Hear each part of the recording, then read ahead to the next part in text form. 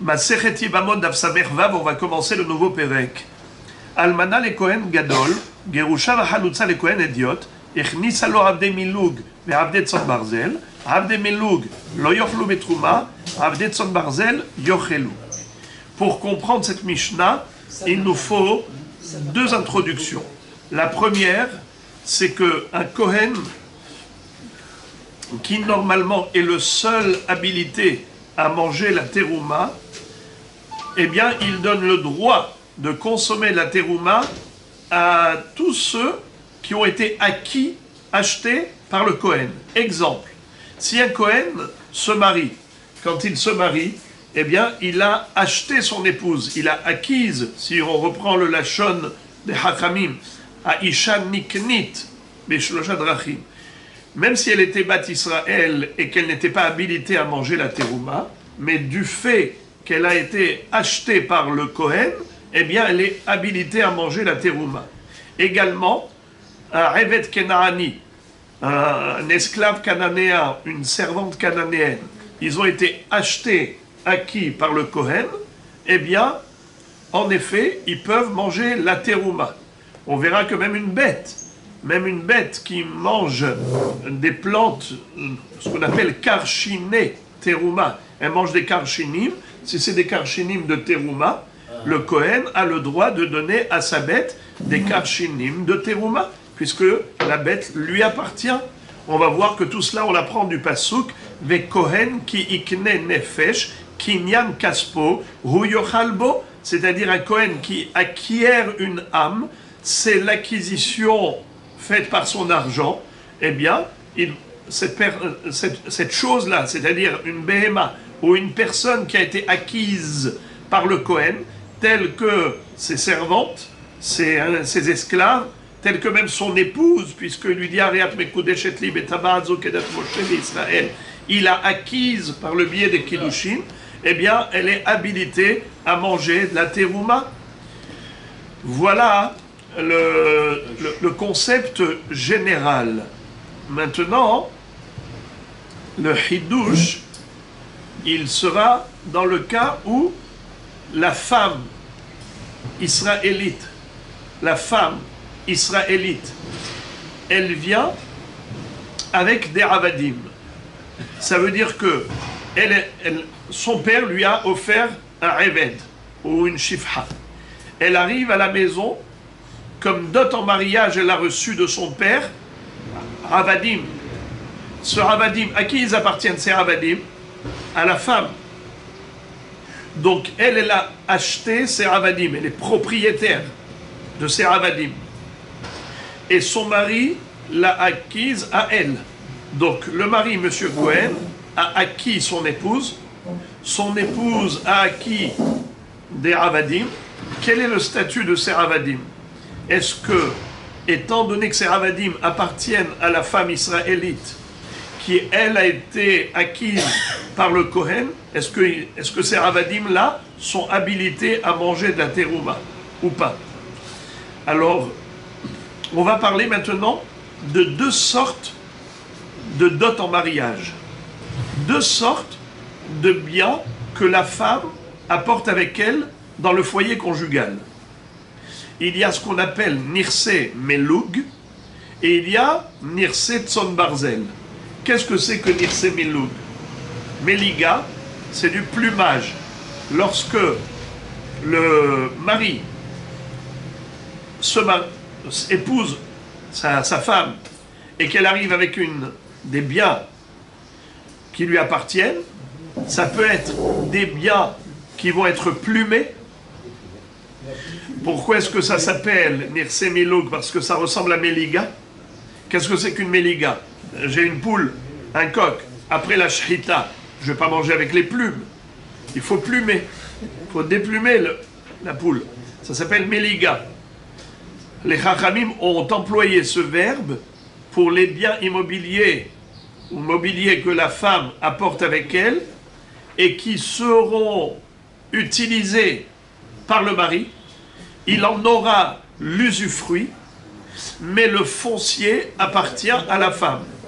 En hébreu, Hagouf la Isha, Haperot la Baal.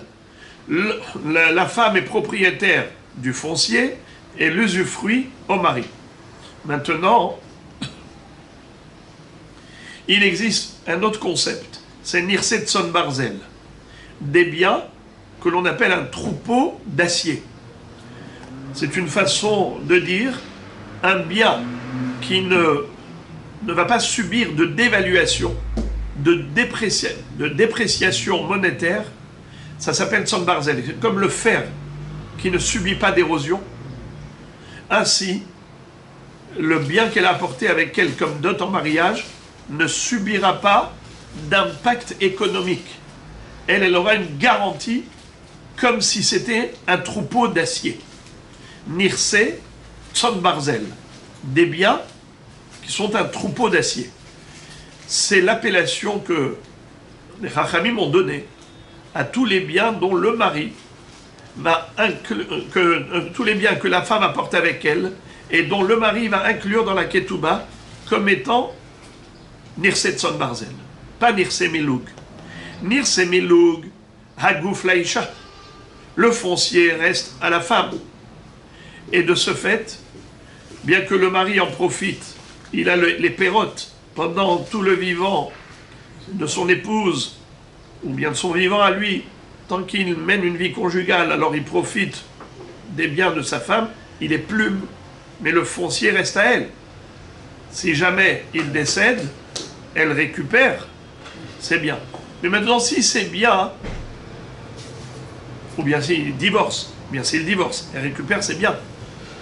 Si maintenant ces biens-là ont subi une dévaluation, c'est-à-dire une réduction de valeur, qui a perdu dans l'affaire?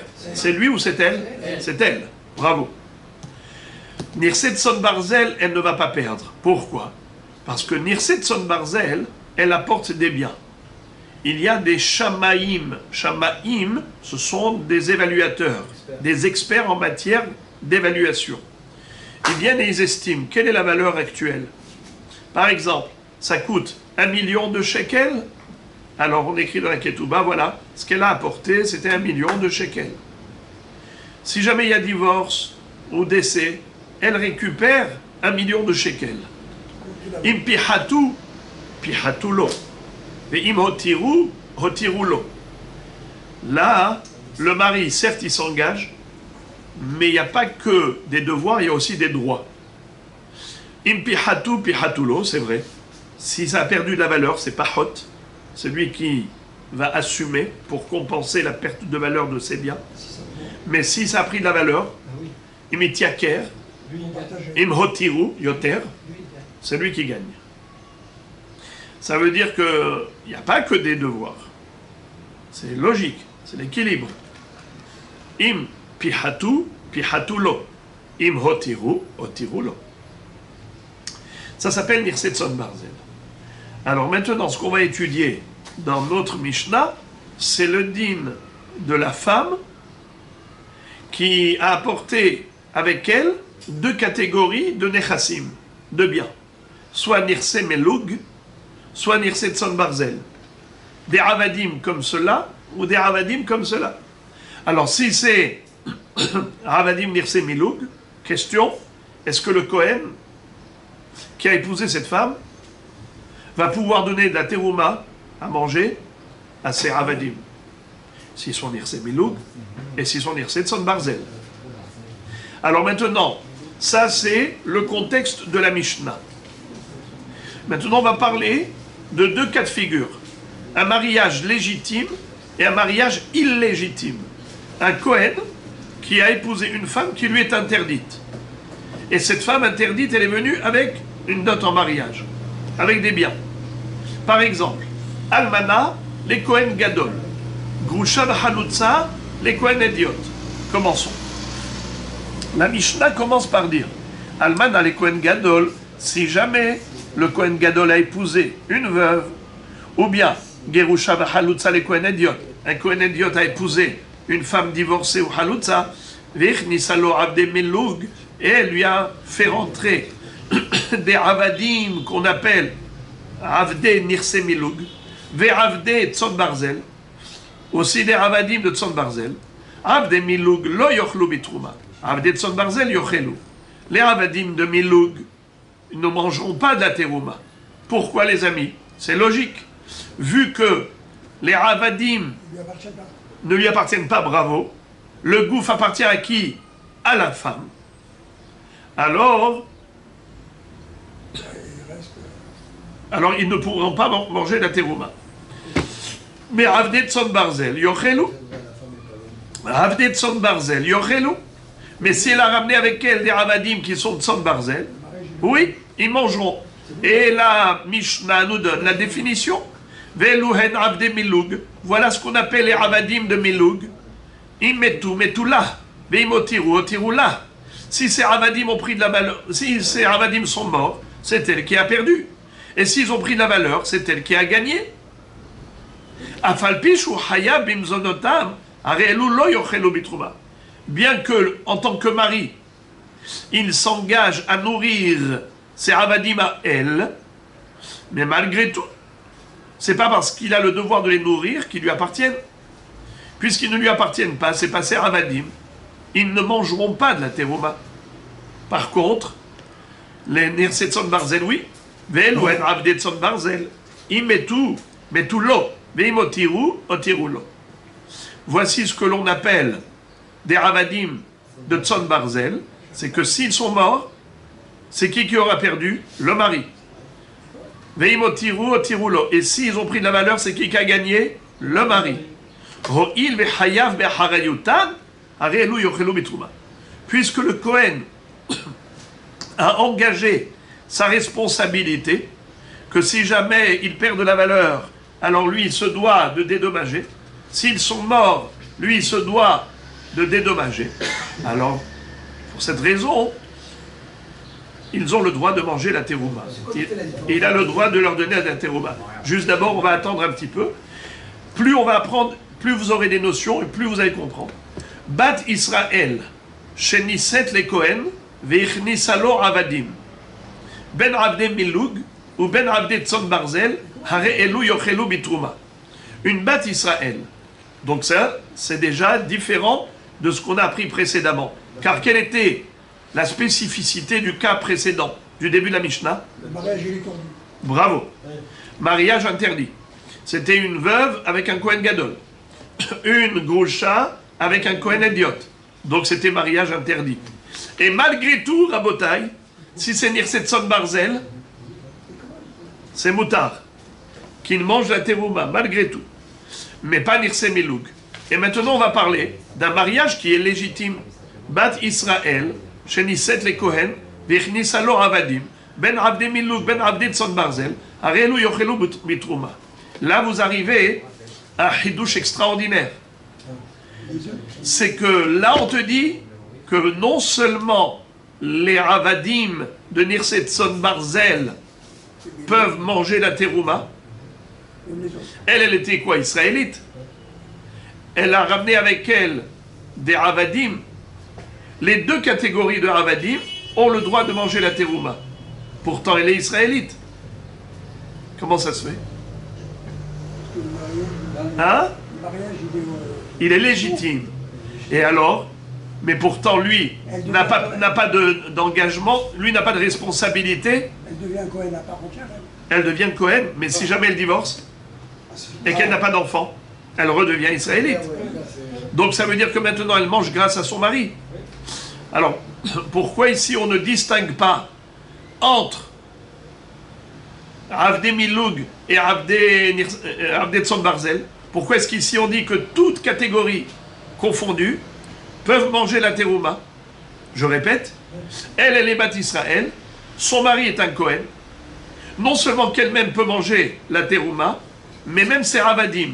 Et pas seulement les Avde Tzon Barzel, dont lui, le mari, a pris la responsabilité vis-à-vis d'elle de lui restituer leur valeur, mais même dans le cas de Avde Miloug, ils ont le droit de manger.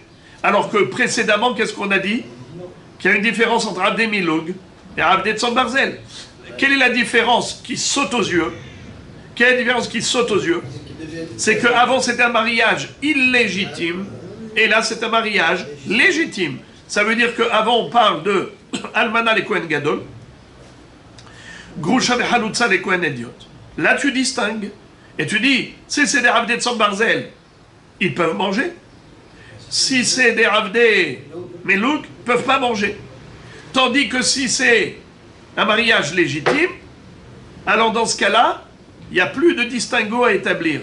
Autant d'avoir, que ce soit Avdei Melouk ou que ce soit Avdei Tzom Barzel, ils peuvent toujours manger la terouma quand Madame Israël s'est mariée avec Monsieur Cohen.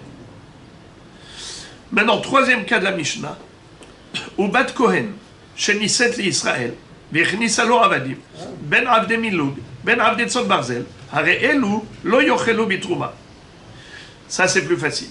Bat Cohen, quand elle était chez son père, elle mangeait la terouma. Quand elle était chez son père et qu'elle était propriétaire de Avadim, il mangeait la terouma. Pourquoi est-ce qu'il mangeait la terouma? Par quel mérite? Parce que ça lui appartient à elle. D'accord? Et de ce fait, elle a le droit de leur donner puisqu'elle est propriétaire. Mais maintenant qu'elle s'est mariée, elle s'est mariée avec qui? Avec Monsieur Israël. Donc elle n'a plus le droit de manger la terouma. De la même façon qu'elle n'a pas le droit de manger la terouma, c'est Avadim non plus. D'accord. Alors maintenant, Gemara. La Gemara pose la question. Et elle dit, Ve'avdei milug lo yochelu bitrouma amai lehve kekinyano shekana kinyan. La Gemara pose une question nucléaire. Et ça va être la base de notre débat. À savoir, quelle est la différence entre la Recha et la Metsiata? Metsiata, il y a Recha et Sefa. Mais parfois il y a Recha, Metsiata, Sefa. Recha c'est le début. Metsiata, c'est l'intermédiaire, le milieu, et Sefa, c'est la fin. Dans cette Mishnah, il y a 3 halachot, Recha, Metsiata, Sefa. Nous, maintenant, on va parler de Recha et Metsiata. Recha, mariage illégitime. Almana le Kohen Gadol, Grusha v'Chalutza le Kohen Ediot. Metsiata, mariage légitime. Israélite avec un Kohen.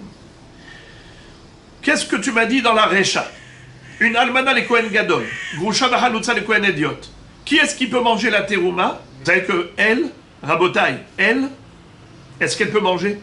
Non. Pourquoi non? Il y a deux choses. Il y a acquisition et il y a halala. Qu'est-ce que ça veut dire? Quand un Kohen acquiert une femme, ve Kohen ki kne nefesh, kinyan kaspo, hu yochal bo. Donc, l'acquisition du Kohen lui donne droit à la consommation de terouma. Maintenant, quel est le din lorsqu'il y a une relation intime entre le Kohen Gadol et une almana? Ou un Kohen Ediot et une Grusha? Imaginons par exemple, cette fille-là, elle était Bat Kohen. Quand elle était chez son père, elle mangeait de la terouma. Est-ce que maintenant, elle peut manger encore de la terouma? Réponse, non. Pourquoi? Parce qu'elle est devenue halala. Ça veut dire qu'elle était mithalelet. Avec cette relation interdite avec le Kohen, elle est devenue hol. Hol, c'est comme si c'est une bat Israël qui n'est pas Kohenette. Même si elle était bat Kohen de souche, elle ne mangera plus la terouma ad vitam aeternam. Car elle a été mithalelet par une relation avec un Kohen qui lui est interdit. Elle était almana avec un Kohen Gadol, ou Grusha avec un Kohen Ediot. Halala, elle ne mangera plus jamais de la terouma, donc elle ne mangera plus.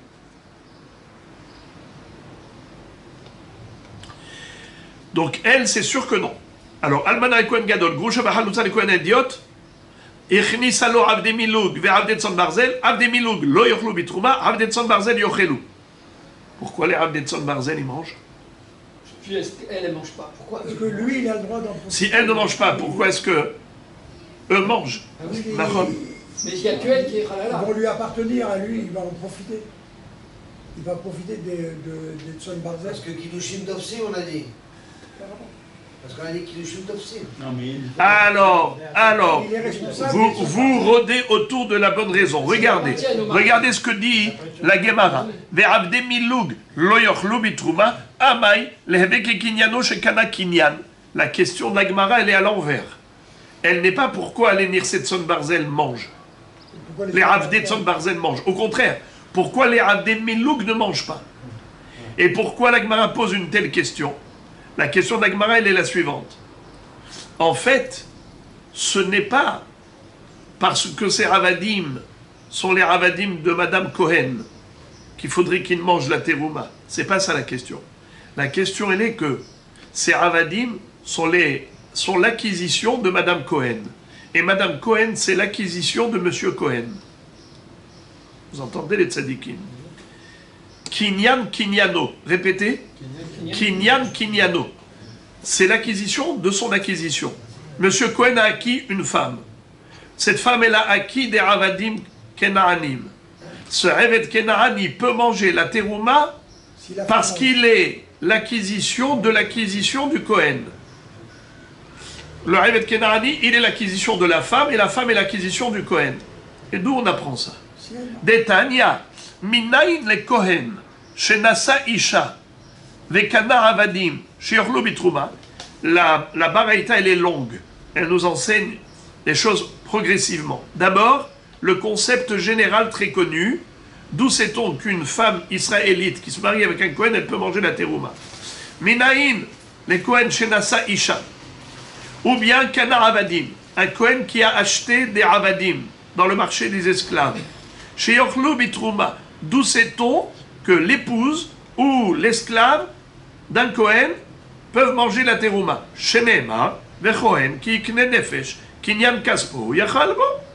Puisqu'il est écrit qu'un Cohen qui a acquis une âme, qui a acheté une âme, nefesh, les Cohen qui ikne nefesh, il n'y a pas de différence entre nefesh et nefesh. Qu'il ait acheté des ravadim ou qu'il ait acheté une femme, ça s'appelle l'acquisition du Cohen. Ils peuvent manger la terouma. Parce que lui, il mange. Pourquoi vous donnez des raisons que c'est pas écrit ça? Qu'est-ce que vous dites? C'est pas écrit. C'est pas écrit.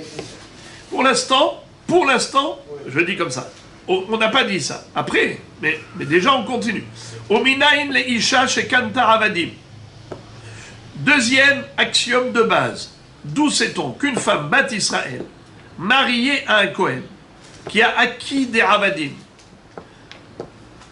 ou bien Avadav chez Kano Avadim, ou bien par exemple un Eved Kenaani qui a acheté un Eved Kenaani. Ah bon? Comment est-ce possible? Ah, il est moitié-moitié, là. Celui qui a été... C'est pas mal. Mais, non. Celui qui a été... libéré. Il est chouchard, non? Non. Si les Meshuchara, c'est plus un Eved Kenaani. Alors, et comment il achète par shlichut? Eh ben, c'est ça que je vous demande. Non, mais je vois pas. Moi, je vous pose la question, maintenant vous me retournez la question. C'est sympa, moi je vous pose la question, vous me retournez la question. Il a été envoyé par son maître pour acheter un autre évêque. Alors ça appartient au maître. Ah oui, on sait, oui. Alors, oui. dans quel cas? On a une règle, chez Kana Evet, Kana Rabo. Tout ce que le Evet Kenaani a acquis, ça appartient à son maître. Mais peut-être qu'il a été libéré. Ou avant, Libéré, c'est plus un Evet ou Kenaani. avant Bah oui, qu'il il était a acheté un billet de avant qu'il était évêque, peut-être qu'ils avaient. Mais à partir du moment où il a été acheté par son maître, tout ce qui lui appartient appartient au maître. Mais il a le droit d'acheter ce qu'il veut, la révèle. Comment alors? Tout ce qu'il achète, ça appartient au maître. Tout ce que lui achète. Ouais. Alors pourquoi Moi aussi, qu'on l'a fait. ça appartient au maître, il a acheté. Alors c'est la question que je vous pose. Alors comment on peut comprendre un Evet chez Kana Evet? Acheter avant.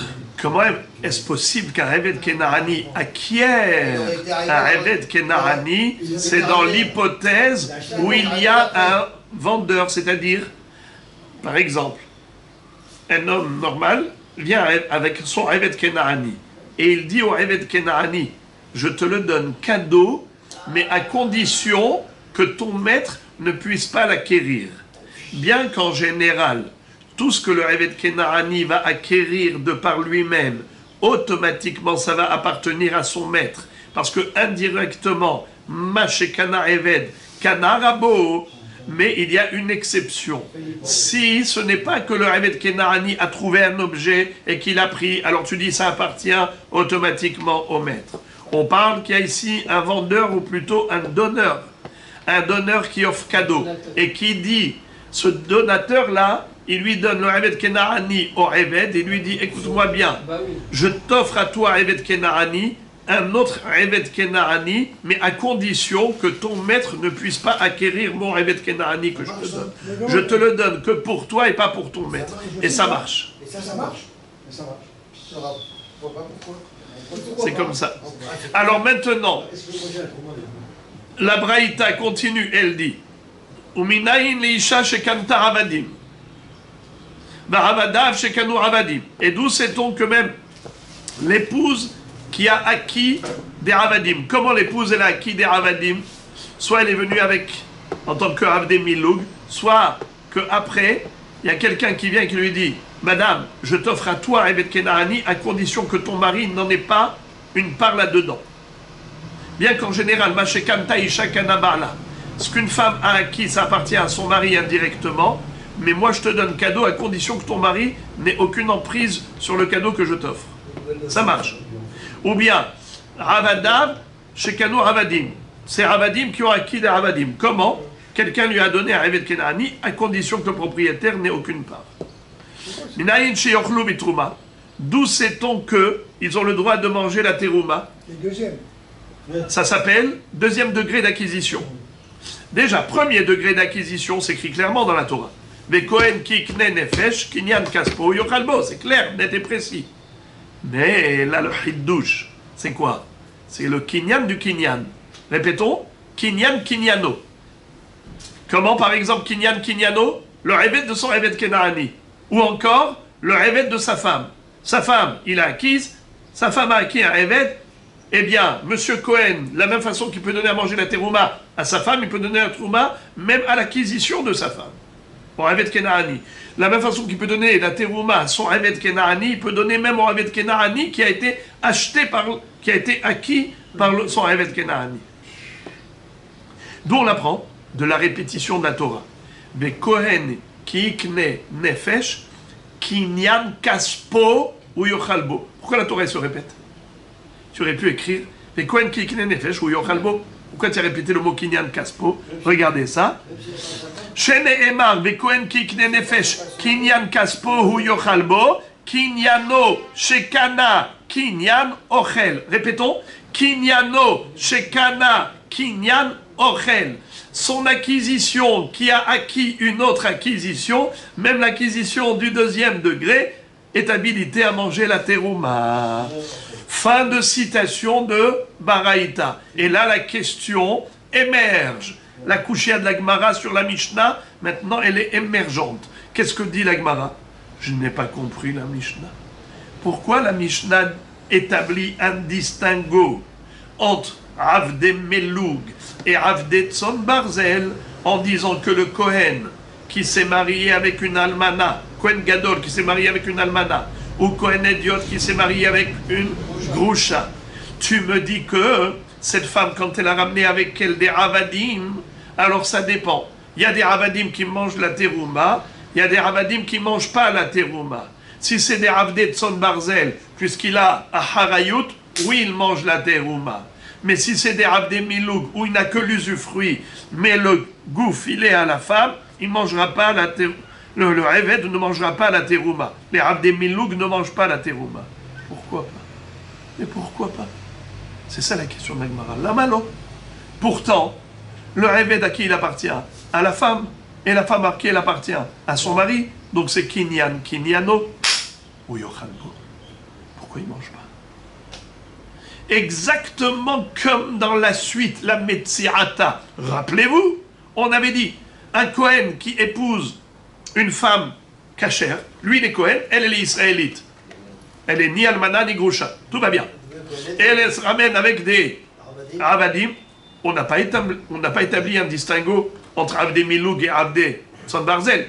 Ils peuvent tous manger la terouma. Quelle différence? Pourquoi les Avdé Miloug, ils peuvent manger la terouma? Pourtant, Hagouf Laïcha. Réponse, Kinyan Kinyano. Les Ravadim appartiennent à la femme appartient au mari, tout va bien. Alors le compte est bon. Pourquoi dans la Récha tu n'appliques pas la même règle? Pourquoi dans le mariage illégitime, à savoir Almana le Kohen Gadol, Groucha Vachalutza le Kohen Ediot, tu dis, attention. Avdé Tzon Barzel, c'est comme c'est Ravadim à lui. Ils peuvent manger. Avdé Miloug, c'est Ravadim à elle. Parce que Hagouf Laïcha, ils ne mangent pas la terouma. Pourquoi pas? Mais pourquoi pas? Mais c'est Kinyan, Kinyano. Il ne devrait pas y avoir de différence entre la Recha et la Metsiata. Réponse. Écoutez la déclaration de l'Agmara. Piou. Nouvelle règle. Kol ha-ochel ma'achil, kol she'en ochel eno ma'achil. Pachout. Un axiome de base. Et après, Le mangeur peut donner à manger, celui qui ne peut pas être mangeur ne peut pas donner à manger. C'est-à-dire, la femme, Ah, voilà. elle Elle est halala. est halala, bravo. Étant donné qu'elle a une relation Interdit. interdite avec le Kohen, alors elle est devenue halala, Donc elle peut pas puis, manger. donc elle ne peut plus manger. Donc si elle ne peut pas manger, Si elle ne peut pas manger, elle ne peut pas donner à manger à ses ravadim. La Gemara objecte et elle réfute cette réponse en disant Vélo, ah bon, Ve'are arel vechol atemeim, she'enam ochlim ou ma'achilim. Pourtant, un Kohen qui est arel, ou un Kohen qui est tamé, prenons l'exemple. Un Kohen, il a rêvé de Kenaani. Un Kohen est marié, et il est tamé. Est-ce qu'il peut manger la terouma quand il est tamé? lui, non. Non.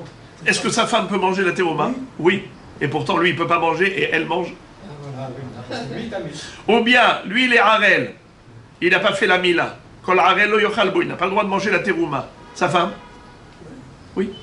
Pourquoi lui, il n'a pas fait la mila? Admettons que ce n'est pas volontaire. Admettons que c'est une famille d'hémophiles qui ont des hémorragies et donc ils n'ont pas le droit de faire la brit mila parce qu'ils peuvent mourir. Le premier frère, le deuxième frère sont morts par hémorragie. Alors c'est une famille hémophile. Eh bien, ils ne sont pas tours de faire la brit mila. Mais est-ce qu'il peut manger la terouma? Non. Est-ce que sa femme peut manger la terouma? Oui, parce que lui, il est Kohen. Donc tu vois que quelqu'un qui ne peut pas manger la terouma et pourtant il peut donner à manger. Lui, le Kohen, il est harel. Lui, le Kohen, il est tamé. Il n'a pas le droit de manger la terouma. Et ça ne l'empêche pas de donner à manger à sa femme. Ça ne l'empêche pas de donner à manger à son Eved Kenani. Alors pourquoi tu m'as dit qu'il y a une règle nouvelle? Tu me l'as sorti du chapeau. Kol ha-ochel ma'achil, kol she'eno ochel eno ma'achil. Celui qui peut manger peut donner à manger de la terouma. Celui qui lui-même ne peut pas manger la terouma ne peut pas donner à manger aux autres. Alors c'est comme ça que tu m'as expliqué. Almana les Kohen Gadol, Grusha Bahalutza les Kohen Ediot, étant donné qu'elle n'a pas le droit de manger de la terouma puisqu'elle est devenue halala, alors elle ne peut pas donner à manger à ses ravadim, ses abdé miloug. C'est sympa ce que tu me dis, c'est très beau, mais c'est faux. Pas tout ce qui est beau est juste. Pas tout ce qui brille est de l'or. Alors les amis, Monsieur Tamé, Monsieur Harel, Monsieur Cohen Tamé, Monsieur Cohen Harel, peuvent manger la trouma? Non. Est-ce qu'ils peuvent donner à manger à leur épouse ou à leur Eved? Oui. Alors tu vois que c'est faux ce que tu m'as dit. Tu m'as dit quelqu'un qui ne peut pas manger ne peut pas donner à manger, c'est pas vrai. Le Cohen et le Harel, ils peuvent. Et ils ne peuvent pas manger eux-mêmes la terouma et pourtant ils donnent à manger à leur épouse ou leur Eved. Réponse Hatam pour Maïhu Kaïvlehu. La Gemara dit il y a une différence fondamentale Entre le mari ou la femme. entre ce cas et ce cas. C'est quoi ce cas? Cohen Tamé ou Cohen Harel? C'est quoi le cas précédent? On parlait de la femme. Qu'est-ce qu'elle est la femme? Bravo, halala. Quelle est la différence? Mais lui, c'est le. Comme on dit, c'est le premier. Comment. Non, c'est pas ça la raison. Anouche. La grecque. Alors presque, vous êtes presque. C'est que le Harel et le Tamé, ce n'est pas définitif, ce n'est pas foncier. C'est un concours de circonstances, j'allais dire même périodique. Par exemple, le Tamé, dès qu'il passe au mikvé, il retrouve son droit de manger la terouma. C'est juste maintenant, il a mal à la bouche. La Gemara donne une superbe expression, elle est trop belle l'expression de la Gemara. Puma ou deka ivleu. C'est comme si maintenant, il a mal aux dents, il ne peut pas manger. Alors, tu vas dire, ah, tu vois qu'il ne mange pas, il donne à manger. Mais non, c'est technique. La même chose le harel. C'est parce qu'il ne peut pas faire la mila. Mais imaginons par exemple, il guérit de son hémophilie.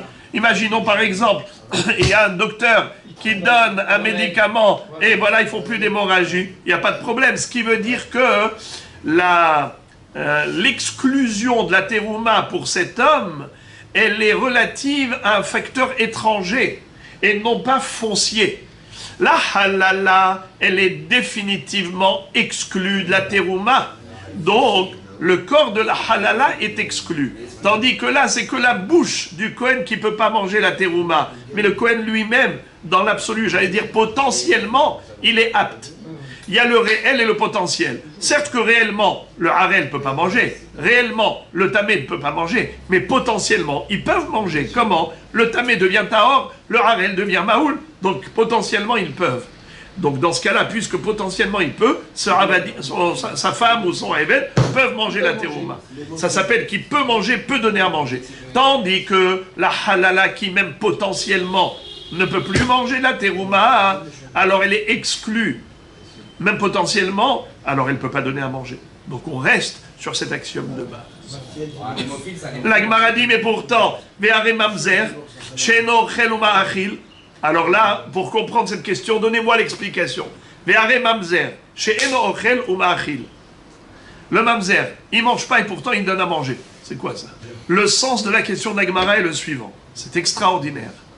On a une halakha qui consiste à dire qu'un Kohen, quand il épouse une Israélite, demoiselle Israël qui n'a jamais mangé la terouma jusqu'à présent, eh bien, elle peut manger depuis son mariage, depuis le Kedushim Minatora. Mais si elle divorce, alors ça dépend. Si elle a un enfant de son ex-mari Kohen, elle peut manger. Sinon, si elle est célibataire et qu'elle n'a pas d'enfant avec le Kohen, qu'elle n'a pas eu d'enfant avec le Kohen, alors elle n'a pas le droit de manger de la terouma. Écoutez maintenant quelque chose. Quel est le dit maintenant si elle n'a pas d'enfant mais elle a un petit-fils? Elle a un petit-fils. D'où il vient le petit-fils? On a dit qu'elle peut. Par exemple, elle a eu par exemple une fille, cette fille est morte, mais elle a un petit-fils par sa fille. On a dit qu'elle pouvait. Elle a eu d'enfants. Bravo! Donc, elle a eu des enfants. Même un petit-fils peut lui faire manger. Maintenant, imaginons qu'elle avait une petite fille. C'est-à-dire qu'elle avait une fille de sa fille. Est-ce qu'elle peut manger? Non. Oui. Peu importe, parce que c'est écrit Zera. Là, il faut un Zera. Maintenant, quel est le din? Si elle avait un arrière-petit-fils, Elle peut manger. peut manger. Zera. Donc il y a une... Elle avait une arrière-petite-fille. Est-ce qu'elle peut manger? Oui. Zera. Alors voilà. À partir du moment où elle a un Zera, parce que c'est écrit Zera là. Mais seulement si elle n'a pas de Zera. Mais s'il y a eu un Zera, peu importe. Elle peut manger. Alors maintenant, écoutez bien. Sa fille, elle a eu, elle, une fille avec M. Cohen. Cette fille s'est mariée avec un mamzer. Ah, c'est celui-là, Quel est le statut maintenant de l'enfant de la demoiselle Cohen qui s'est mariée avec un mamzer? Quel est le statut? Mamzer. Maintenant, sa fille est morte. Sa fille, qu'elle avait eue avec son mari Cohen, est morte. Maintenant, qu'est-ce qu'elle a? Elle a un petit-fils mamzer. Elle a un petit-fils mamzer. Est-ce qu'elle peut manger de la terouma comme elle était autrefois mariée avec M. Cohen, cette demoiselle Israël? Ouais, elle était demoiselle Israël. Elle est morte. Elle s'est mariée avec le Cohen. Le Cohen est mort. Sa fille est morte. Il lui reste, en tout et pour tout, un descendant, un petit-fils mamzer. Elle peut manger. Il mange pas, lui. Elle peut manger. Lui, il mange pas. Bravo, il mange pas. Comment il peut faire manger Mais sa elle est grand-mère? Eh ben bravo. La Gemara dit, tu vois ici que lui ne peut pas manger, il peut faire manger sa grand-mère, car dans la Torah il est écrit Vezera en la filu zera pasoul.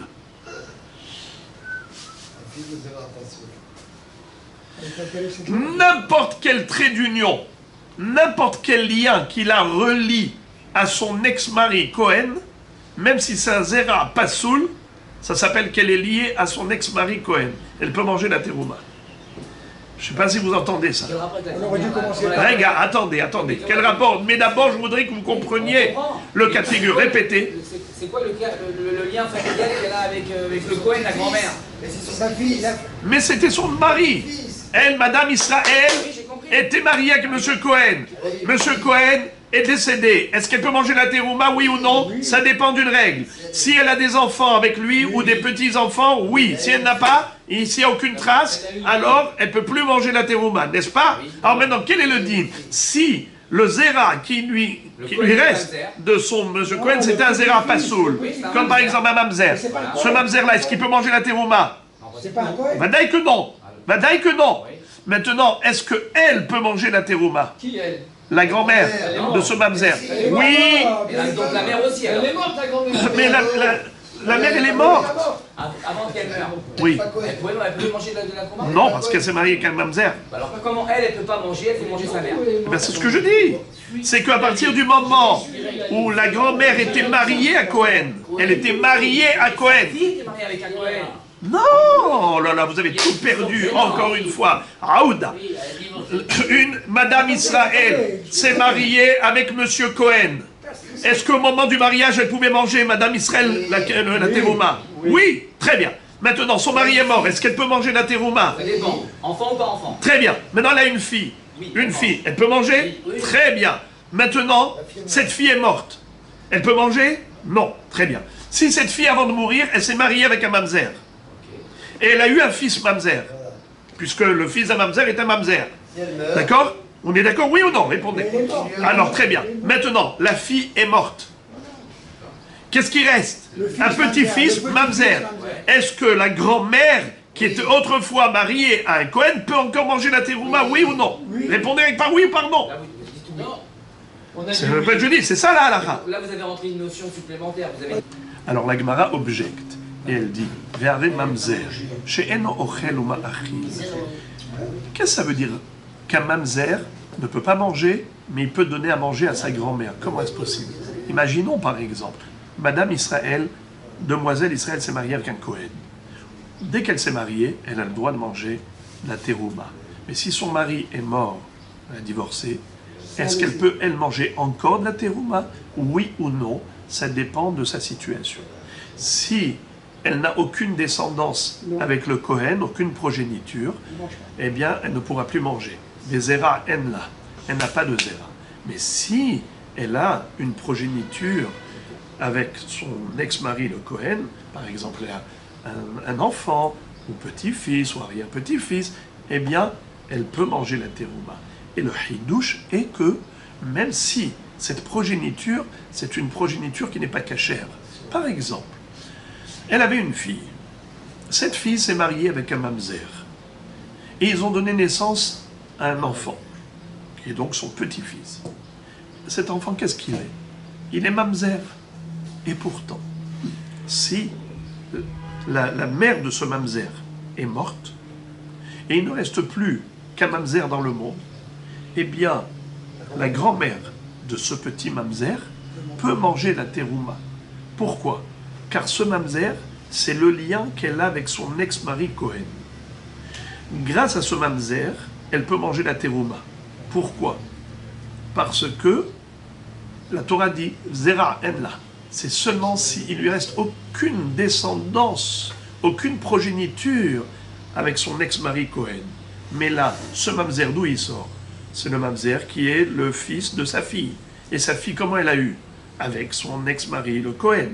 Ce qui veut dire que la grand-mère et le petit-fils, qui se trouvent encore dans le monde, ils ont quelque chose en rapport avec le Cohen. Car ce petit mamzer ne serait jamais arrivé au monde si elle n'avait pas épousé une fois un Cohen. Donc ce petit mamzer fait le lien entre Madame Israël et Monsieur Cohen qui est mort depuis longtemps. Et même la fille de cette Madame Israël est morte. Alors maintenant, la Gemara arrive à la conclusion suivante. Elle dit, tu vois le contraire de ce que tu as dit. Tu as affirmé en disant que quelqu'un qui ne peut pas manger la terouma ne peut pas donner à manger aux autres. C'est faux. Tu vois que le mamzer ne peut pas manger lui-même la terouma. Et pourtant, grâce à lui, sa grand-mère, elle peut manger la terouma. Ça s'appelle que lui donne à manger la terouma à sa grand-mère.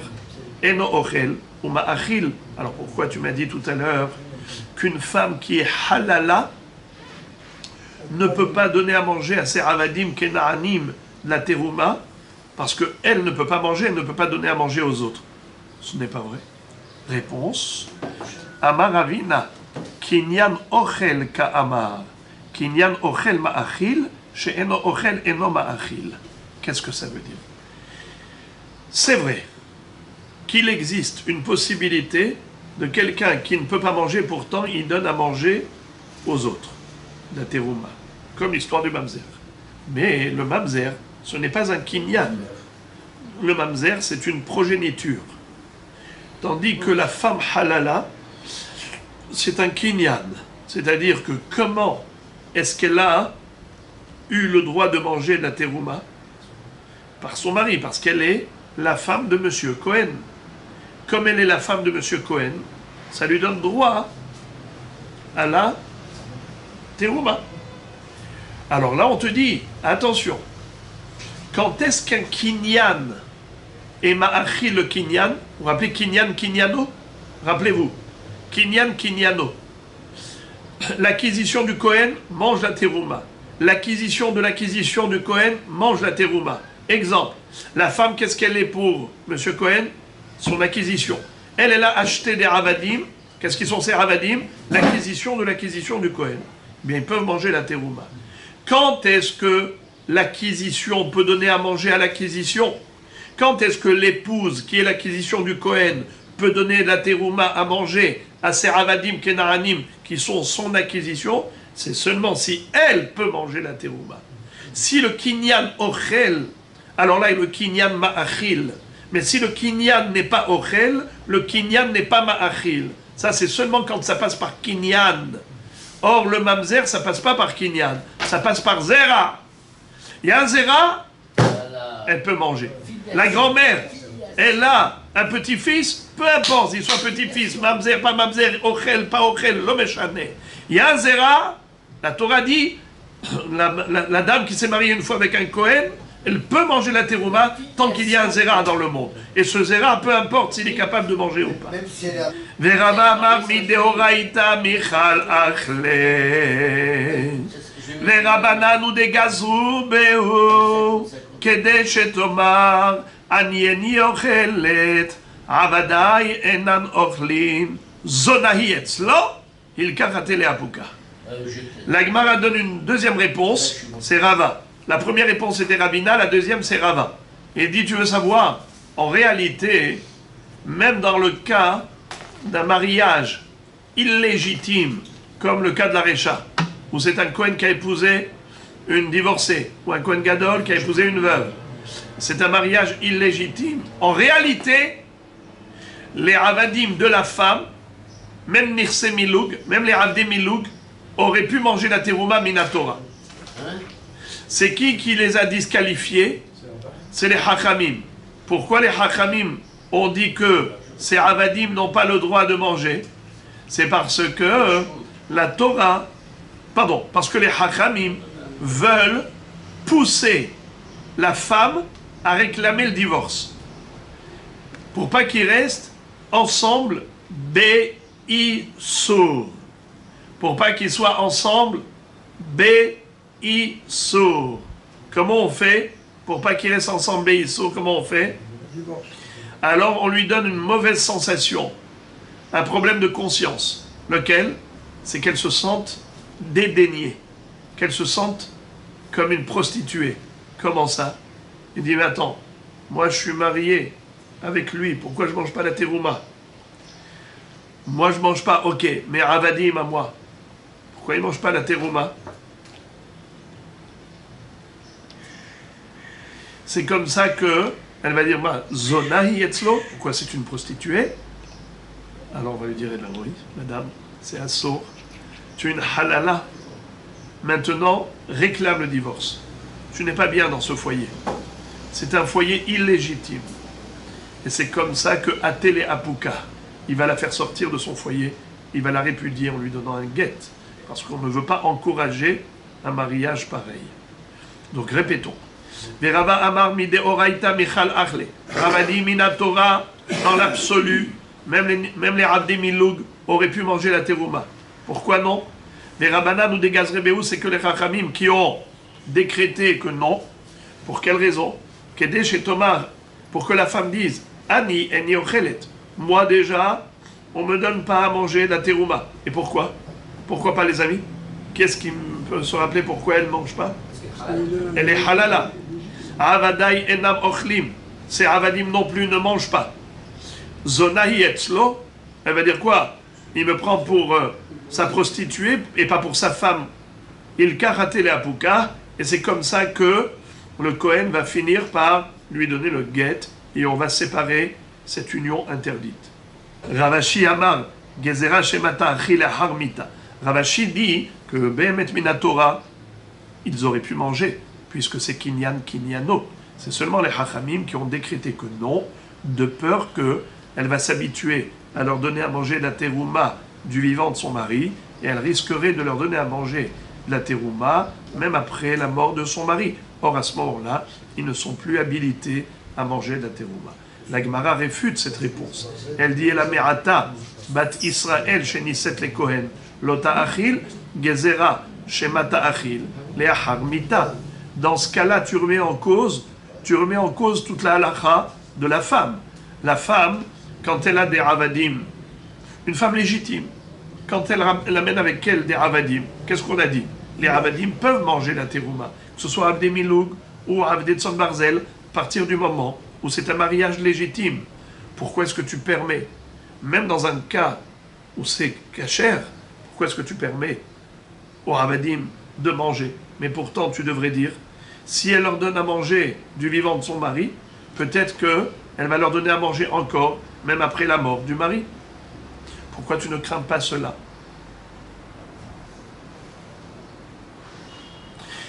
Donc ce n'est pas une crainte. Si ce n'est pas une crainte, ça veut dire que la femme, elle sait ce qu'elle fait. Elle sait qu'elle n'a pas le droit de leur donner à manger après la mort du mari. Alors on ne tient pas compte d'un tel risque. Pourquoi est-ce qu'on tiendrait compte d'un tel risque dans le cas où elle est illégitime? Et c'est pareil même quand c'est légitime. Si tu vois que c'est permis, donc ça doit être toujours permis, la réponse elle n'est pas bonne. Et là, Amar Ravashi, be almana kohenet. Ravashi dit, attends. Tu veux savoir de quoi on parle? On parle ici d'une kohenet qui s'est mariée avec un kohen. Une almana qui était kohenet. Son père était kohen. Est-ce qu'une veuve a le droit de manger la terouma chez son père? Oui. Bien sûr que oui. Mais imaginons que cette almana, maintenant, elle s'est mariée avec un kohen gadol. Ça y est, elle est devenue halala. Si le kohen gadol est mort ou il a répudié, elle est retournée chez son père. Est-ce qu'elle peut manger la terouma? Non. Pourquoi? Parce qu'elle est devenue halala. Et la Maravashi be almana kohenet. De atia le urouye. Me'ikara achle bitrouma de benasha. In sevili lehai achle bitrouma de gavrai. Ve'ashta hadre lemilte kamaita. Ve'lo yad'a de me'ikara lo shavita le nafsha halala. Ashta shavita le nafsha halala. La Gemara dit comme ça. Il y a un gros risque. Si cette femme-là, en tant que Kohenet, qui s'est mariée avec un Kohen Gadol, elle était Almana qui s'est mariée avec un Kohen Gadol, elle va faire le raisonnement suivant et elle va s'autoriser de donner de la terouma au Avadim, même après la mort de son Kohen, même après le divorce ou après la mort de son mari. Pourquoi? Elle va dire, moi, je suis une fille qui est née dans une maison de Kohanim. Depuis ma naissance, j'ai mangé de la terouma. J'ai grandi avec la terouma. Grâce à qui je mangeais la terouma? Grâce à mon père. Ça s'appelle terouma des Benacha, la terouma de la maison paternelle.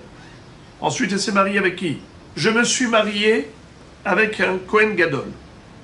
Certes, moi, je n'ai pas mangé de la terouma, mais mes Ravadim Kenaanim ont mangé de la terouma. Tous ces Ravadim Kenaanim qui mangeaient avant, grâce à mon père, ont mangé après, grâce à mon mari. Kinyan, Kinyano. Alors, elle, maintenant, qu'est-ce qu'elle va dire? Maintenant que son mari est mort, elle revient à la case départ. Vehashta, hadrele, limilta, kamaita. C'est-à-dire, et maintenant, je reviens à la case départ. Comme avant, ils mangeaient mes Ravadim. Mes Ravadim, c'était quoi? Les Ravadim d'une Kohénette. Après ça, c'était les Ravadim d'une femme qui s'est mariée avec un Kohen. Ils ont mangé à titre de Kinyan Kinyano. Maintenant qu'il est mort, quel est le problème? Je retourne chez mon père, qu'il mange la terouma. Mais non, elle n'a pas compris que, en attendant, il y a eu un grave incident. C'est qu'en se mariant avec un Kohen Gadol en tant que veuve, elle s'est disqualifiée désormais de manger la terouma. Elle est devenue halala. Puisqu'elle est devenue halala, alors elle n'est plus Kohenet. Elle ne peut plus manger la terouma, ni elle, ni ses avadim, à elle. Même en Et elle va croire que c'est permis de leur donner.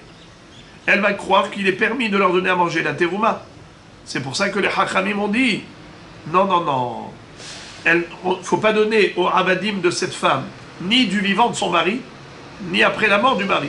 Et justement, pourquoi on interdit du vivant du mari, bien que ce soit Kinyan Kinyano, de peur qu'elle leur donne après la mort du mari. Et on a posé la question, on a dit, mais dans ce cas-là, alors toujours tu devrais interdire. La réponse, c'est pas pareil. Une Bat Israël normale ne risque pas de faire des confusions. Parce qu'elle sait que quand son mari est mort, ça y est. Si elle n'a pas de progéniture avec lui, nigma. Elle n'a jamais mangé, elle ne mangera jamais. Mais celle-là, autrefois, elle mangeait. Alors elle va croire que comme avant, elle mangeait, maintenant aussi, elle peut leur donner à manger. Mais maintenant, Shavita le nafsha, halala. La Gemara dit, Tenach, almana kohenet, almana bat Israël, maïka le mema. La Gemara dit, ok, ça c'est bon, pour une almana kohenet, il y a une raison d'interdire à titre de barrière de sécurité.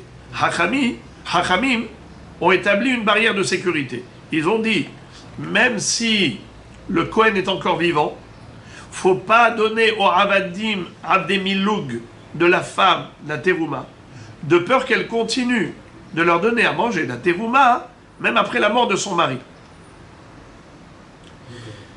Mais ce risque-là, c'est seulement par rapport à une almana kohenet. Mais si la almana, elle n'était pas kohenet, c'était une israélite d'origine, il n'y a pas de raison qu'elle fasse une confusion, puisque avant le mariage avec le Kohen, elle n'a jamais donné à manger la terouma des Ravadim. Alors pourquoi maintenant elle va se permettre? Elle ne va pas se permettre. Alors pourquoi on a interdit de manière générale? Dans la Mishnah, on n'a pas établi de différence entre une almana kohenet, une almana israélite. On a écrit tout simplement almana les Kohen Gadol. Grusha v'halutza les Kohen Ediot. On n'a pas parlé spécialement de almana kohenet. Ça veut dire qu'on interdit toutes les almanot. Pourquoi? La Gemara dit Be'almenuta lo peligé rabanan. Qu'est-ce que ça veut dire Be'almenuta lo peligé rabanan? Ça s'appelle l'aploug. Vous avez déjà entendu parler de l'apaloug? On ne fait pas de différence entre ce cas et ce cas.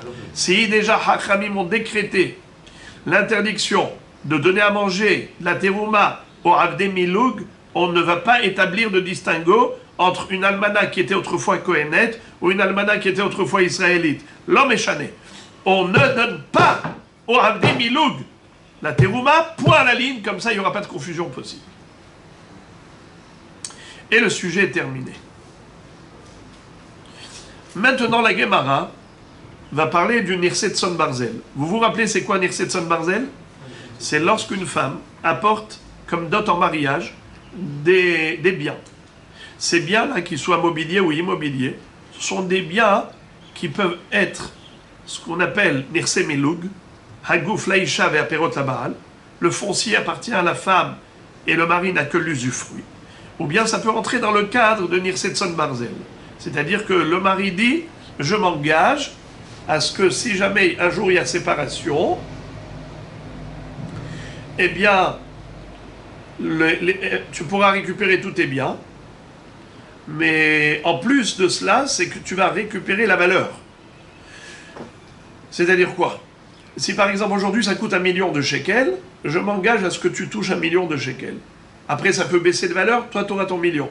Après ça augmente, c'est moi qui gagne la plus-value. Mais Nirse Miloug, c'est pas pareil. Nirse Miloug, puisque le gouffre, ça appartient à la femme. Si jamais il y a une dévaluation ou au contraire une augmentation de valeur, c'est qui en bénéficie? La femme. Im metu la, ve im hotiru la. Ça c'est pour Nirse Miloug. Et pour Nirse Tzon Barzel, c'est lui qui bénéficie. Im metu lo. C'est l'homme qui soit gagne, soit perd. Vous l'entendez dans la Ketouba quand on lit ici en Israël. En France, c'était pas comme ça le Nusach de la Ketouba, mais ici, Im pihatu lo, veim otiru lo. On le lit dans la Ketouba israélienne. Et comment on va Bon. définir que c'est ou l'un ou l'autre? Ça dépend de ce qu'ils se sont arrangés. Ah, ok. C'est un arrangement à l'amiable. Ah, d'accord, ça marche. Bien sûr. Ah, c'est une négociation. Pourquoi c'est différent? Quoi? Pourquoi c'est différent ici sur la Russie? Ah, pourquoi est-ce qu'ici on est Eretz Israël? Parce qu'ici on est beaucoup plus explicite. Il y a plus cher. Là-bas on a une ketouba qui est abrégée. Ici elle est beaucoup plus détaillée. Vous voyez après ensuite par exemple le Kinyan Betkirat Kaf, Megam Nishba Shevoa Hamura. Il y a énormément de détails supplémentaires qui sont par rapport à la ketouba Moussar Sefarad. Si le garçon il épouse une fille avec un appartement de 1 million de shekels, 10 ans après il y a l'évaluation il coûte 3 millions, donc il vendra l'appartement, il lui donne 1 million, il prend 2 millions. Exactement. Là, t'as. Regardez d'ailleurs ici tout de suite, on va rentrer dans une marloquette qui est trop belle. Itmar, Amarneset Shum le Barla, Yomeret Kela Yani Notelet, vous Omer Dami Mani Noten, Adin Immi. Imaginons par exemple que les biens immobiliers ou les biens mobiliers qu'elle a ramenés avec elle et que lui avait inscrit dans la ketouba comme étant sa responsabilité personnelle, comme Nirsetson Barzel, maintenant voilà qu'ils se séparent et en fait c'est exactement le même tarif, inchangé. Il divorce, elle dit Kela Yani Notelet, moi je veux reprendre tous mes biens. Veomer Dami Maninoten. Et lui dit non, non, non. Moi je garde les biens et je te donne la contre-valeur. La valeur monétaire. Hadin Immi. Qui est-ce qui a raison? Rabbi Yehuda Amar, Hadin Imma, mais Rabbi Ami Amar, Hadin Immo. Rabbi Yehuda dit c'est elle qui a raison. Rabbi Ami dit c'est lui qui a raison. Rabbi Yehuda Amar, Hadin Imma. Rabbi Yehuda dit c'est elle qui a raison. Mishum Shevach Betavia Didahave, c'est-à-dire, elle a une valeur sentimentale, étant donné que c'est un patrimoine ancestral, et elle veut garder cela pour le kavod de sa famille. Et Rabbi Ami dit, Rabbi Ami Amar Hadin Imo Kevan Damar Mor, Immetu Metulo, Veimotiru Otirulo, Ho'il Bechayav Beharayutan, Yochelu. On a vu dans notre Mishnah à nous que si jamais ils sont morts, regardez le lachon de la Mishnah, Eluhen Avdetson Barzel, Immetu Metulo veim hotiru otirulo. Ho'il ve'uchaya b'harayutan arelu yochlu betruma. On a dit que même si c'était un mariage illégitime, étant donné que lui il s'engage en tant que Tzon Barzel, ils peuvent manger la terouma. Et la Mishnah, elle a donné la raison. Parce que si jamais ils ont pris de la valeur, c'est lui qui gagne. Si jamais ils sont morts, c'est lui qui perd. Ça veut dire que Hayab Beharayutan, il a une responsabilité, il s'est porté garant vis-à-vis de la valeur monétaire de ses biens, donc c'est comme si c'était lui. Il peut même leur donner à manger la terouma. Alors, la Gemara dit, Rabbi Yehuda dit, Rabbi Ami déduit que de là nous voyons que ça lui appartient. Et si il veut garder les biens eux-mêmes, il peut garder. Il lui donne que la valeur. Il lui donne que la valeur. Lui, il veut garder l'objet et il veut donner la contre-valeur. Les valeurs par rapport à quoi? Par rapport au moment où elle est venue ou par rapport au moment où ça vaut? Mais non, Quand c'est venu. Quand elle est venue. parce qu'on même Mais oui, puisque le bénéfice, c'est lui qui le ramasse. Amar Rav Safra va dire Mi katane ve'en shelo ho'il v'chaya b'harayutan katane u'l'olam l'abdide ninhu. Rav Safra réfute cette preuve et il dit au contraire. Dans la Mishnah même, il est écrit il s'est porté garant. Ce qui veut dire porter garant, ça ne veut pas dire qu'il est acquéreur. Ça ne veut pas dire qu'il est devenu propriétaire. Mais ça lui appartient à elle. Seulement lui, il s'est porté garant par rapport à la valeur monétaire. Mais depuis quand il est propriétaire? Il lui dit non, moi je garde les objets, je te paye. C'est comme si je les ai achetés depuis le début. Mais il ne les a pas achetés. Il s'est porté garant. Il s'est porté caution. Mais il ne les a pas achetés. Alors, quelle est la marloquette? Pour Rabbi Ami, il les a achetés. Qu'est-ce que ça veut dire il les a achetés? Depuis le début, quand il dit je m'engage à te payer 1 million de shekels pour, d'après l'évaluation, l'estimation, c'est ça la valeur, eh bien, c'est comme s'il les a achetés. Il peut même les garder. Et il paye. Rabbi a dit non, pas du tout. Si elle veut absolument l'objet, elle récupère ses objets.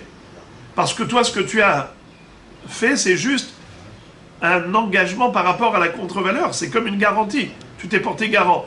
Mais ça ne veut pas dire que tu es devenu propriétaire. La Gemara dit, qu'est-ce que ça veut dire ça? Si tu me dis qu'il n'est pas propriétaire, alors comment est-ce qu'il mange la terouma? Tu m'as bien dit que Nirse Milug, comme Hagouf la Isha, le foncier appartient à la femme, ils ne mangeront pas la terouma. Mais Nirse Tson Barzel, ils mangeront la terouma. Pourquoi ils mangeront la terouma? Encore d'après celui qui dit qu'il est devenu propriétaire mamash lui-même, ça se comprend, ça lui appartient. Dès qu'il a signé, je m'engage pour la valeur monétaire, ça veut dire que maintenant, ça y est, ces objets m'appartiennent, et je m'engage pour la contre-valeur. Alors ça explique pourquoi il mange la terouma. C'est Ravadim. Parce que c'est Ravadim lui appartenait à elle, ça lui appartient à lui, dès la signature d'Aketouba. Nirsetson Barzel. Im pihatu pihatulo, im otiru otirulo. C'est à lui. Mais d'après celui qui dit Mapitom, c'est à elle. L'objet lui-même, c'est à elle. Lui, il s'est porté garant que pour la contre-valeur. Ça s'appelle un engagement de responsabilité. Aharayut. Aharayut. Responsabilité. Alors la Gemara dit, c'est tout ce qu'il a? Que la responsabilité? Quoi? Et au titre de la responsabilité, on autorise de leur donner à manger la terouma? Tu m'as dit que Av des Miloug, on ne leur donne pas à manger la terouma. Av des Tzon Barzel, on leur donne. Pourquoi? Parce que c'est lui qui est responsable. La responsabilité du Kohen vis-à-vis de ses Avadim Kenaanim, vis-à-vis de sa femme, pour ses Avadim Kenaanim, eh bien, ça leur donne droit à la terouma. Est-ce que tu as une preuve? Est-ce que tu as une référence dans le Talmud pour me dire que oui, dès qu'un Kohen engage sa responsabilité, ça lui donne le droit de donner à manger la terouma à ces éléments pour lesquels il s'est tenu responsable. Où tu as trouvé ça? Tu dis oui, j'ai trouvé. Je t'amène Mishnah. Mishnah dans Terumot, Perek Yudalef, Mishnah tête. Veatnan. Pardon, excusez-moi. D'abord, la Gemara pose la question à partir d'une Mishnah et après elle va répondre. La Mishnah, elle va conforter la Kushia. Veatnan. Israël chez Sachar Parami Kohen. Hareze Yachilena Karshine Teruma. Kohen chez Sachar Parami Israël. Afalpi chez Mezonotea Alav. Lo Yachilena Karshine Teruma. C'est-à-dire, un Israël qui a loué une bête d'un Kohen. Le Kohen était propriétaire, par exemple, d'un bœuf. Le Israël avait besoin d'un bœuf pour tirer sa charrue. Il dit, Monsieur Kohen, vous pouvez me louer votre bœuf? Il n'y a pas de problème. Chez qui se trouve le bœuf maintenant? Chez le Israël, qui l'a loué. Est-ce que le Israël a le droit de donner Karshine et Teruma à cette bête? Oui. Pourquoi? Car la bête, elle appartient à qui? Au Kohen. Il peut. Inversement, le Israël est propriétaire d'un bœuf. Le Kohen va louer du Israël ce bœuf. Il lui dit, tu peux me le louer? Le Kohen, il loue. Maintenant, il va l'atteler à sa charrue et tout ça. Alors, est-ce qu'il peut lui donner à manger la terouma? Réponse non. C'est écrit clairement non. Pourquoi? À qui appartient le bœuf? C'est l'essence, il lui donne de l'essence. Sadik Sheli! Mais non, Milouk, c'est quand il se marie avec elle. Mais quel rapport là? C'est Il dépense de l'argent de sa poche, celui qui donne. Ribono Shel Olam, de l'argent Holin, mais pas d'argent terouma. Mais pas de la terouma. La terouma, c'est seulement avec Kohen qui Knenefesh Kinyan Kaspo Yochalbo. On n'a jamais dit qu'il faut faire des économies avec. Alors moi aussi, j'ai besoin de nourrir n'importe qui. Alors je vais lui donner de la terouma, ça va pas. Il faut qu'il soit Kinyan, connaît. Or, ce bœuf, il ne lui appartient pas. Il appartient à Israël. Très bien. Alors maintenant, et pourtant, regardez Rabotai, la démonstration frappante et éclatante, c'est qu'il lui dit, dis-moi, si jamais ce Kohen-là, il se faisait voler cette bête, ou il avait égaré, est-ce qu'il faut qu'il paye au Israël? Bien sûr. Comment ça s'appelle? Aharayut. Tu vois que la Aharayut ne donne pas le droit de donner à manger la terouma. Tu vois que le Kohen, il a loué le bœuf qui appartenait au Israël, et vis-à-vis du Israël, il s'est porté garant. Il est responsable. Si jamais il y a eu Gneva Vaveda, il est responsable. Et pourtant, ça ne lui donne pas le droit de donner à manger la terouma. Alors pourquoi les Avdei Tson Barzel? Pourquoi le Kohen il a le droit de donner à manger la terouma au Avdei Tson Barzel? Pourtant, il n'a pas le droit de donner à manger la terouma à cette bête, les karchines terouma à cette bête. Pourtant, il est responsable. Vous entendez la kushia? Alors la Gemara répond très joliment. Elle dit, il y a responsabilité et responsabilité. Vetisbera nehi nami de mihyav bigneva ba'aveda be'onseha bekachar benifhad damea mihyav halo damia et la lesefa. Qu'est-ce que ça veut dire? La Gemara dit, il y a deux niveaux de responsabilité. La responsabilité au niveau Gneva Ba'aveda et responsabilité au niveau de Meta Be'ones. C'est la différence entre le Shoel et le Socher. C'est quoi un Shoel, emprunteur? Un Socher, c'est un loueur, locataire. Quelqu'un qui loue. Le Socher, il n'a pas autant de responsabilité que le Shoel. Ah oui, il paye. Hein? Il paye les deux. C'est l'autre, il paye pour le location. Bravo! Le Shoel Kol Hana'a Shelo. L'emprunteur, c'est gratuit. Alors, tu reçois gratuitement, je te prête ma perceuse, je te prête ma bête. Eh bien, tu es responsable. Quoi qu'il arrive, il y a eu un incendie, il y a eu n'importe quoi, tu payes. C'est normal. Tu reçois un service gratuit, un minimum de responsabilité. C'est que, Hayav Bakol. Sauf si elle est morte par le travail. Parce qu'il lui dit, tu veux que je te paye, mais je l'ai emprunté pour travailler. Tu étais d'accord que je travaille avec, non? Parce que je ne l'ai pas emprunté pour la mettre en vitrine. Pourquoi ce bœuf-là, je t'ai demandé que tu me prêtes parce que je devais le mettre en vitrine ou quoi? La perceuse, c'est pas pour la mettre en vitrine. Alors, Meta Mehamat Melacha, c'est, je suis pas tour. Mais si Meta Mehamat Ones, il y a eu un incendie ou autre, la bête elle est morte toute seule, ça c'est une vraie responsabilité, Hayav Bakol. Mais lorsqu'on est Hayav que pour Gneva Ma'aveda, que pour le vol ou pour la perte, dans ce cas-là, c'est une responsabilité minime qui ne rend pas le Kohen habilité à donner à cette bête Karshine Teruma. Quand est-ce que la Aharayut fait que c'est comme si j'étais propriétaire de cet objet?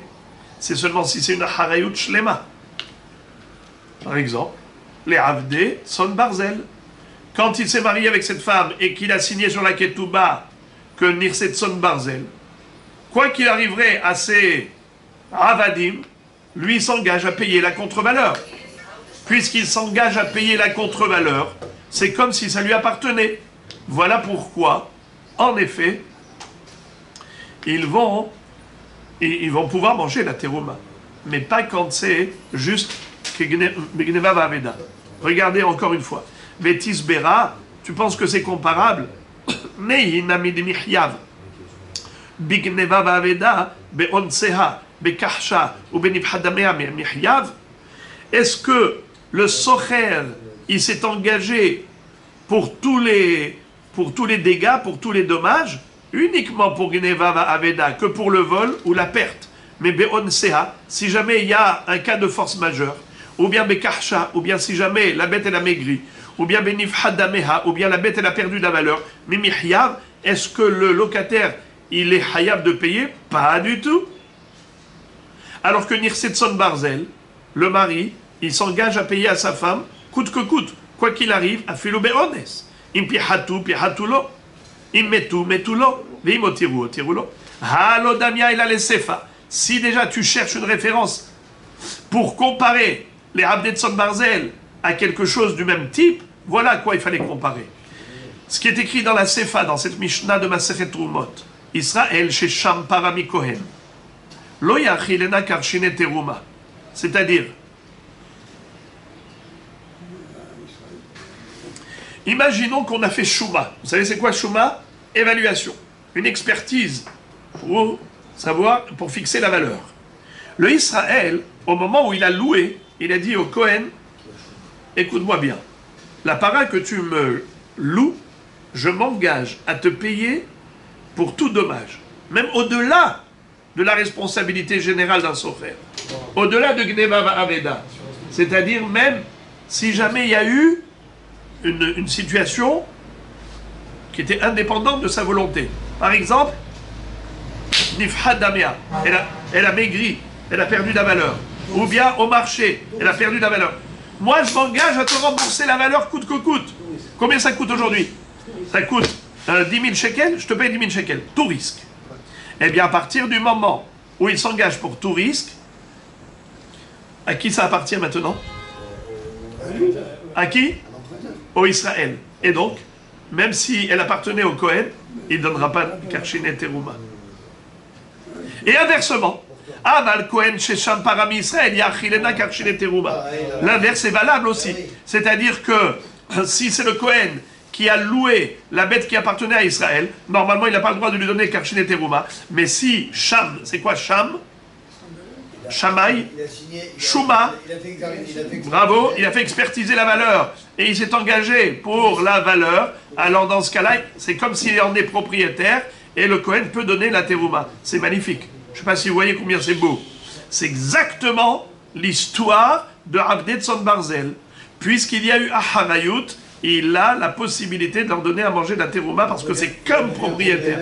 Ouais. Et ça, c'est même d'après Rabbi Yehuda. Vous entendez les tzadikim? Même d'après Rabbi Yehuda qui dit que c'est que Aharayut, Ve'adin Ima, il ne peut pas lui dire écoute madame, moi je veux garder les objets, c'est comme si je les ai achetés depuis le début, puisque je me suis engagé pour la valeur. Il dit d'accord, tu t'es engagé pour la valeur, c'est juste une Aharayut, mais tu n'es pas propriétaire de l'objet. Moi c'est une valeur sentimentale, moi je veux récupérer mes biens, ce sont des biens ancestraux, et je ne veux pas te les laisser à toi. Moi, je vais récupérer mes biens. Il dit, oui, mais moi, je me suis engagé, j'ai une responsabilité générale. Il m'a dit, responsabilité, c'est responsabilité, mais tu n'es pas propriétaire du foncier. Alors, la Gemara dit, alors, dans ce cas-là, pourquoi ils peuvent manger la terouma? Réponse, la harayut donne le droit de donner à manger la terouma comme s'il était propriétaire. Bravo. Maintenant, la Gemara dit, Yativ Rabba Rabbi Yosef B'Shilhe Pirkei de Rav Nachman. À la fin de la dracha du Rav Nachman, c'était à la fin du Shi'ur, Rabba et Rabbi Yosef se sont installés à côté de Rav Nachman, Biyatve et Kamre, ils ont dit, Tania Kabate de Rabbi Yehuda et Tania Kabate de Rabbi Ami, on a trouvé une braïta qui corrobore l'opinion de Rabbi Yehuda, et une braïta qui soutient l'opinion de Rabbi Ami. Tania Kabate de Rabbi Ami, Avdetson Barzel Yotzim Beshem La'ain, La'ish, Avalo La'isha. Qu'est-ce que ça veut dire? Les Avadim, vous savez qu'ils sont Yotzim Beshem La'ain. Si, par exemple, le propriétaire, il a donné un coup de poing à la mâchoire du Eved Kenani, il lui a cassé une dent, eh bien, il sort en liberté. Ou bien il lui a crevé un œil, il sort en liberté. C'est seulement la ish, si c'est le mari qui a donné un coup de poing et qui lui a crevé l'œil ou la dent, eh bien, le Eved Son Barzel, il part en liberté. Avalo la isha. Mais si c'est la femme qui lui a crevé l'œil ou qui lui a cassé la dent, il part pas en liberté. What is it? Ah, c'est une preuve pour qui, les amis? Pour qui? Pour Rabbi Ami. Qu'est-ce qu'il a dit? Hadin Imo. Qu'est-ce que ça veut dire Hadin Imo? Il prend les biens. Il garde les biens. Le mari, pas la femme. Hazak. Le mari, il a le droit de garder le bien. Maintenant, Tania Kamate de Rabbi Yehuda, où est-ce qu'on retrouve une braïta qui, au contraire, est du même avis que Rabbi Yehuda? Comme quoi, Hadin Ima. Amachneset Shum Lebala. S'il a fait rentrer Shum Lebala, c'est quoi Shum? C'est pas de l'ail. Non, l'évaluation. Bravo. Ça s'appelle Mirset Son Barzel, qu'on a évalué. Imratsa Baal Imkor, Lo Imkor. Si le mari a envie de vendre, il n'a pas le droit. Pourquoi? Parce que la femme, elle retient. Elle lui dit, il y a une valeur sentimentale, c'est bien, je veux les garder. Mais l'ordre est là, à Filou Ichnisla Shum Michelo, même si par exemple, il lui a rajouté, il lui dit combien t'as apporté? Tant, moi je te rajoute tant en tant que Shuma. Imratsa Ba'alim Kor, Lo Imkor. Mahou Shenehem. Maintenant, si jamais ils ont vendu, mais pas ensemble, ça veut dire que soit le mari, soit la femme, chacun de son côté a vendu les Parnassa.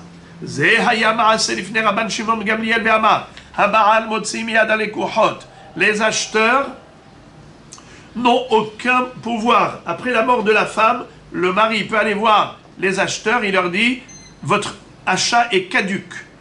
Puisqu'elle a vendu sans mon autorisation, alors il peut le retirer. » Donc de là, nous voyons que le mari n'a pas le droit de vendre. Ni la femme ne peut pas vendre, ni lui ne peut pas vendre. Donc c'est comme Rabbi Yehuda avait dit, que tant qu'ils sont en vie, il n'est pas propriétaire. Et lorsque, à un moment donné, ils se séparent, elle est en droit de réclamer, en disant, c'est bien, je veux les prendre telles quelles. Tu ne peux pas me dédommager avec la contre-valeur. Tu ne peux pas me dire, tu me donnes l'argent et l'objet, tu le gardes. Non, car l'objet, tu ne l'as jamais acheté. C'est mon objet. Amar Rabba, Amar Rav Nachman, halakha ki Rabbi Yehuda. Rav Nachman dit l'halakha est comme Rabbi Yehuda. Amar les Rabba les Rav Nachman, vatania kabate de Rabbi Ami. La Gemara dit afal gab, netania kabate de Rabbi Ami. Mistama tarma de Rabbi Yehuda, mishum shevach betavia.